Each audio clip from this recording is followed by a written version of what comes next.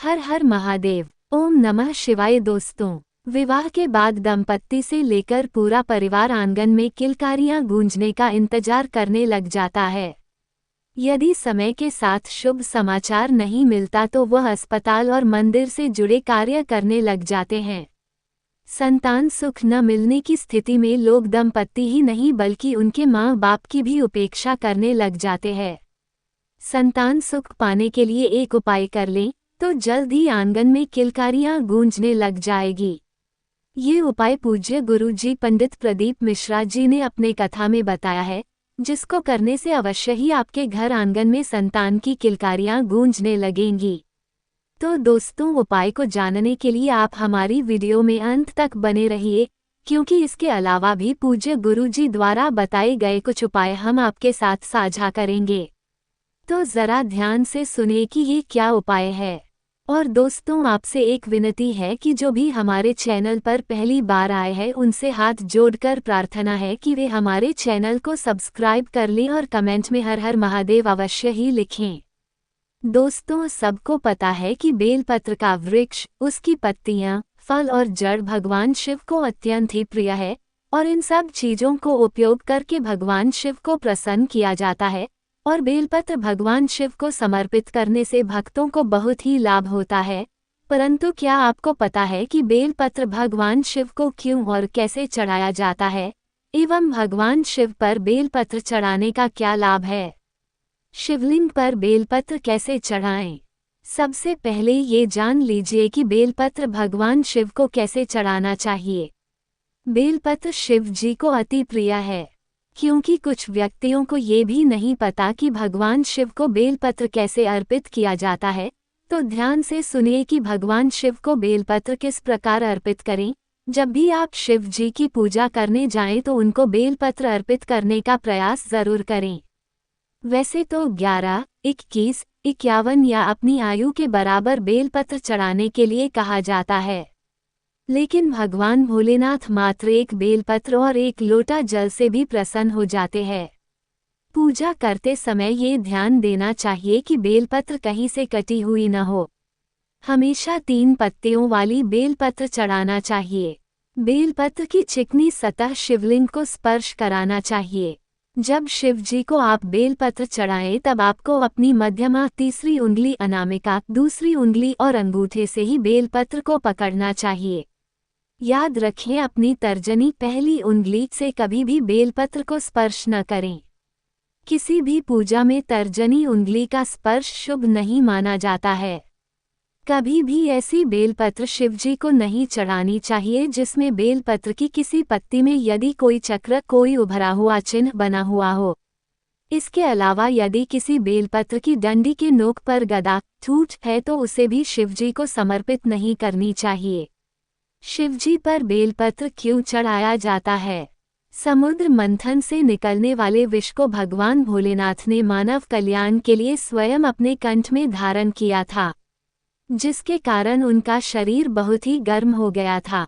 केवल उनका शरीर ही नहीं बल्कि आसपास का वातावरण भी अत्यधिक गर्म हो गया था, जिसके बाद देवताओं ने इसका हल इस प्रकार निकाला कि भगवान शिव जी को बेलपत्र खिलाना प्रारंभ किया गया, क्योंकि यह शीतल प्रभाव का होता है।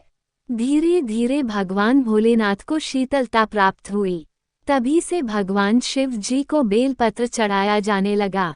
इस संदर्भ में एक और कथा है कि एक बार माता पार्वती जी शिव पूजा के लिए वन में गईं, जहां भगवान भोलेनाथ एक बेल वृक्ष के नीचे तपस्या में लीन थे।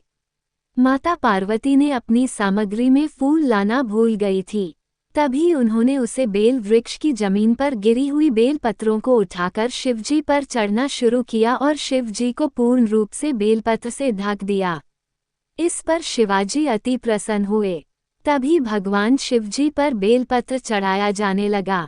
बेलपत्र को अगर ध्यान से देखें तो इसमें अधिकतर 3 पत्तियां ऐसे होती हैं जैसे ये शिवजी के 3 नेत्रों की तरह प्रतीत होता है। बेलपत्र शिवजी के त्रिशूल का प्रतीक भी माना जाता है, अतः शिवजी को बिना दाग धब्बे की और बिना कटी फटी तथा हरी बेलपत्र ही चढ़ाया जाता है। शिवजी पर बेलपत्र चढ़ाने का फल। पूज्य गुरुजी पंडित प्रदीप मिश्रा जी अपने कथा में बताते हैं कि भगवान शिवजी पर बेलपत्र चढ़ाने से शिवजी और भगवान राम जी दोनों का आशीर्वाद प्राप्त होता है। शिवलिंग पर प्रतिदिन बेलपत्र चढ़ाने से दरिद्रता का नाश होता है। ऐसा करने से दुख, दरिद्रता और गरीबी दूर होती है तथा मन को शांति प्राप्त होती है। सावन माह के सोमवार के दिन शिवलिंग पर बेलपत्र चढ़ाने से 1 करोड़ कन्यादान के बराबर फल प्राप्त होता है एवं सौभाग्य उदय होता है। भगवान शिवजी को श्री राम का नाम अत्यधिक प्रिय है, अतः ऐसी मान्यता है कि बेलपत्र पर भगवान श्री राम का नाम लिखकर शिवजी को अर्पित किया जाता है। ऐसा करने से भगवान भोलेनाथ अपने भक्तों पर प्रसन्न होते हैं और उनको लंबी आयु का फल प्रदान करते हैं। तो आइए जानते हैं बेलपत्र के कुछ उपाय जो पूज्य गुरुजी अपने कथा में बताते हैं। शिवपुराण कथावाचक पंडित प्रदीप मिश्रा जी अपनी कथा में अक्सर शिवपुराण में बताए गए बेलपत्र से जुड़े उपाय बताते हैं, जिनको करने से कई लोगों को लाभ होता है। ऐसा लोग पंडित जी को पत्र लिखकर भी बताते हैं। उनके पत्र अक्सर पंडित जी अपनी कथा के बीच में लोगों को पढ़कर सुनाते हैं। आइए जानते हैं शिवपुराण कथा में बताए गए प्रदीप मिश्रा के बेलपत्र के उपाय। पंडित प्रदीप मिश्रा जी बताते हैं कि जब भी आप भगवान शिव जी की पूजा करने जाएं तो उन पर बेलपत्र अवश्य चढ़ाएं, चाहे एक ही चढ़ाएं। अगर संभव न हो पाए तो शिवलिंग के ऊपर चढ़ी हुई बेलपत्र को दोबारा धोकर ही चढ़ा सकते हैं। इसके बाद आप उस चढ़ी हुई बेलपत्र को प्रसाद के रूप में खा लीजिए। प्रतिदिन ऐसा करने से शरीर रोग मुक्त रहता है। इसके अलावा आप मंदिर से बेलपत्र लाकर उसे सुखाकर उसका चूर्ण बनाकर उसे भी प्रतिदिन गुनगुने पानी में मिलकर ले सकते हैं। बेलपत्र का नियमित सेवन आपको कई रोगों से मुक्त रखेगा। प्रदीप मिश्र जी अपनी कथा में बताते हैं कि किसी विषम परिस्थिति के कारण यदि मन व्याकुल हो तो 1 बेलपत्र और 1 लोटा जल लेकर शिव जी के मंदिर जाएं और सबसे पहले बेलपत्र को शिवलिंग के अशोक सुंदरी वाले स्थान पर चढ़ाएं तथा उस पर जल चढ़ाएं। फिर इसके बाद वही बेलपत्र शिवलिंग पर चढ़ाएं और शिवलिंग पर जल चढ़ाने से मन की व्याकुलता शांत होती है। प्रदीप मिश्र जी अपनी कथा में बताते हैं कि बेलवृक्ष के नीचे चावल या मूंग का दाना बेलवृक्ष के नीचे पड़े किसी भी कंकर को शिवलिंग मानकर चाहने से आपकी मनोकामना पूर्ण होती है। बेलपत्र की बीच वाली पत्ती पर पीला चंदन और बाकी दोनों पत्तियों पर लाल चंदन लगाकर भगवान भोलेनाथ का सच्चे हृदय से स्मरण करके शिवलिंग पर चढ़ाने से शिव जी आपकी मनोकामना पूर्ण करते हैं। प्रदीप मिश्र जी अपनी कथा में बताते हैं कि अगर आपको लगता है कि मेरे बच्चे ने पढ़ाई नहीं की है और आपका बच्चा परीक्षा देने जा रहा है, तो जाने से पहले अपने बच्चे से बेलपत्र की बीच वाली पत्ती पर शहद लगवाकर उसे शिवलिंग पर चिपकवा दीजिए। उस विषय में आपका बच्चा जरूर उत्तीर्ण पास हो जाएगा, चाहे उसने साल भर पढ़ाई न की हो।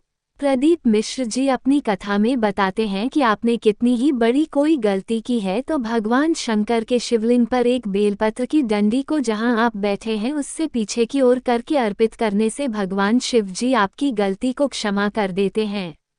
संतान प्राप्ति के लिए प्रदीप मिश्र जी बताते हैं कि जिस नारी के गर्भ नहीं ठहर रहा है, बार बार गर्भ गिर जा रहा है, सारे उपाय करने के बाद भी कुछ नहीं हो रहा है, तो उस नारी को शिव महापुराण में बताया गया यह उपाय करना चाहिए। सोमवार के दिन बेलपत्र के वृक्ष के नीचे किसी ब्राह्मण और ब्रह्मणी और उसके पुत्र को बैठाकर खीर खिलाना चाहिए तथा बची हुई खीर की जूठन को उस नारी को खिला देना चाहिए। शिव महापुराण की कथा कहती है कि 4 से 5 माह में उस नारी को गर्भ ठहर जाएगा और वो एक पूर्ण रूप से स्वस्थ बच्चे को जन्म देगी। तो एक बार निसंतान दंपत्ति ये उपाय अवश्य ही करके देखिए, भगवान शिव आपकी सूनी गोद को जल्दी ही भर देंगे।